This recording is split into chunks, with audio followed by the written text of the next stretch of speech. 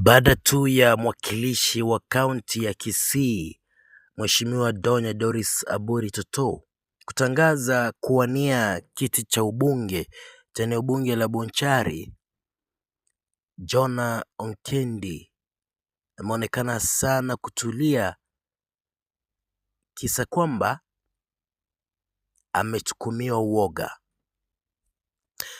Siasa za Bonchari sasa hivi zimekuwa ni siasa za kupa nikupe. Donya Doris alitangaza kuwania kiti hicho kwa tikiti ya chama cha UDA ambacho pia Mheshimiwa John Ondieki alikuwa akitazamia kwamba atapata tikiti hiyo. Kime chake kinatuma taarifa mbili tofauti.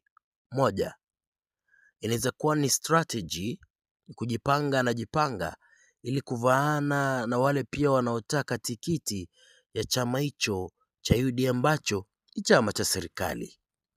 Na sana wadadisi wanasema kwamba ni chama ambacho rais mwenyewe atakuwa anasukuma kila mwaniaji sana katika eneo bunge na kaunti, ili kuhakikisha kwamba anapata viti vingi ipasavyo ili kuweza kuendeleza serikali.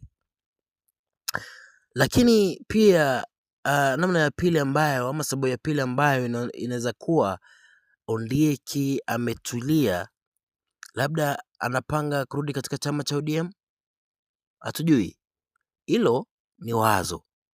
Kama anapanga kurudi chama cha ODM, kufikia sasa hivi hatujaona mgombea yeyote akitangaza kwamba atakuwa anawania ubunge katika eneo bunge la Bonchari kupitia chama cha ODM.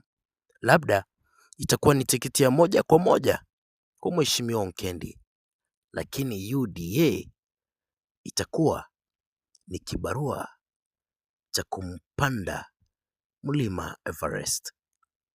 Kutoka M24, langu jina Mwenge Gideon na nimetoka.